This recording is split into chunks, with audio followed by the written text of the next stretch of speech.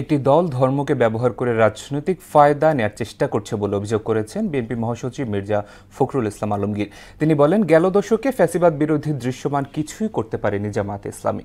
আর দলটির স্থায়ী কমিটির সদস্য সালাউদ্দিন আহমেদ বলেন, শেখ হাসিনার মৃত্যুদণ্ডের রায় এদেশেই বাস্তবায়ন হবে। এদিকে বিএনপির সিনিয়র যুগ্ম মহাসচিব রুহুল কবির রিজভী বলেন, রাষ্ট্রীয়ভাবে গুম খুন না থাকলেও দেশে এখনও সন্ত্রাসী কার্যক্রম চলছে। শনিবার রাজধানীতে আলাদা অনুষ্ঠানে এসব কথা বলেন তারা। তানজিদ ভুঁইয়ার প্রতিবেদন।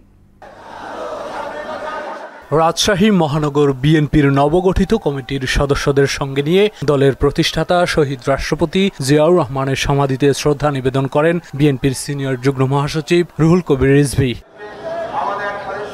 ভূমিকম্পের মতো দুর্যোগে ঢাকার ঝুঁকি উল্লেখ করে রুহুল কবির রিজভী বলেন, বহুতল ভবন নির্মাণে গেল 17 বছর কোনো নীতিমালা মানা হয়নি। অনুমোদন ছাড়াই রাজুকের প্রায় 95% ভবন তৈরি হয় কি করে? জনবান্ধব সরকার ছিল না।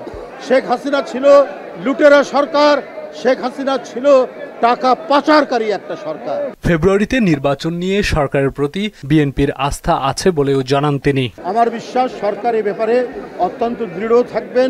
জনগণ যাতে ভোট কেন্দ্রে গিয়ে তার পছন্দ মতো ব্যক্তিকে ভোট দিতে পারে, সেই ব্যবস্থাটা দায়িত্ব হচ্ছে সরকারের। এদিকে কেন্দ্রীয় শহীদ মিনারে মুক্তিযোদ্ধা দলের সমাবেশে স্থায়ী কমিটির সদস্য সালাউদ্দিন আহমেদ বলেন, আওয়ামী লীগ কখনো রাজনৈতিক দল ছিল না। আন্তর্জাতিক মান অনুযায়ী শেখ হাসিনার যে রায় হয়েছে তার বাস্তবায়নও হবে। তবে গণতন্ত্র প্রতিষ্ঠা না পেলে ফেসিবাদ ফেরার শঙ্কাও জানান সালাউদ্দিন আহমেদ। বাংলাদেশে পতিত স্বৈরাচার ফ্যাসিস্ট শেখ হাসিনার একটি রায়ের ঘোষণা হয়েছে আন্তর্জাতিক অপরাধ ট্রাইব্যুনাল আদালতে। এদেশের মানুষের প্রত্যাশা এবং আন্তর্জাতিক মানদণ্ড বজায় রেখে এদেশের ন্যায় বিচার প্রতিষ্ঠা হয়েছে। এখন যদি আপনারা বাংলাদেশের মানুষের আকাঙ্ক্ষার বিরুদ্ধে দাঁড়ান, তাহলে জনগণ আপনাদেরকে প্রত্যাখ্যান করতে পারে।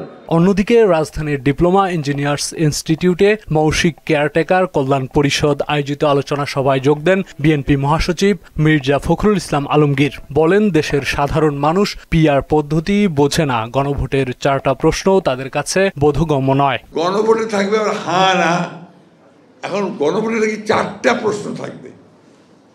4টা প্রশ্ন একটা গণভোটের ব্যালটে, এটা মানুষ কিছু এখন পর্যন্ত বুঝতেই পারছে না। ধর্মকে ব্যবহার করে রাজনৈতিক ফায়দা নিয়ে নেওয়া, এটা কখনোই আপনার ইসলাম এই কথা বলে না।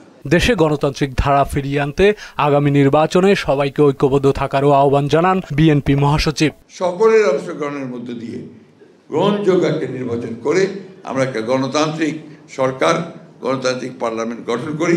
তানজিদ ভুঁইয়া, মোহনা সংবাদ, ঢাকা।